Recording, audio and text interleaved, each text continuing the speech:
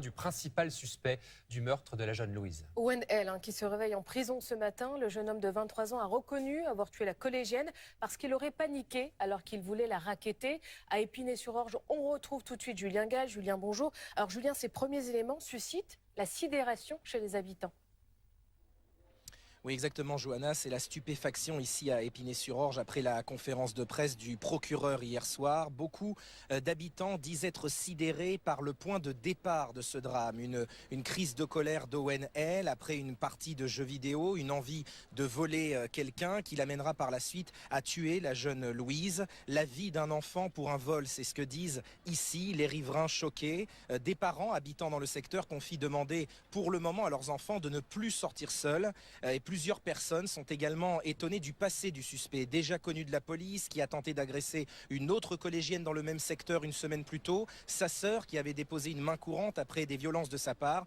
Beaucoup s'étonnent qu'Owen L n'ait jamais fait l'objet d'un suivi psychologique. Merci beaucoup Julien. Julien Gall en direct avec David Martin pour les images. Été mis en examen hier soir. Oui, le jeune homme de 23 ans a reconnu avoir tué la collégienne parce qu'il aurait paniqué alors qu'il voulait la racketter. On se rend tout de suite à Épinay-sur-Orge pour retrouver Julien Gall. Alors Julien, vous avez pu échanger avec des parents d'élèves et des habitants ce matin. C'est toujours le choc et surtout l'incompréhension. Exactement, Johanna, c'est la stupéfaction ici à Épinay-sur-Orge. Après la conférence de presse du procureur hier soir, beaucoup d'habitants sont étonnés des éléments qui concernent le passé du suspect, déjà connu de la police, qui a tenté d'agresser une autre collégienne dans le même secteur une semaine plus tôt. Sa sœur, qui avait déposé une main courante après des violences de sa part. Beaucoup s'étonnent qu'Owen L n'ait jamais fait l'objet d'un suivi psychologique. Et puis d'autres disent être sidérés par le point de départ de ce drame.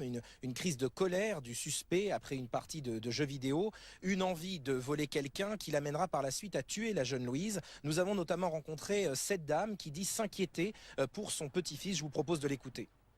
Les jeux vidéo, c'est terrible. Je crois que les enfants, ils passent trop de temps sur les jeux vidéo.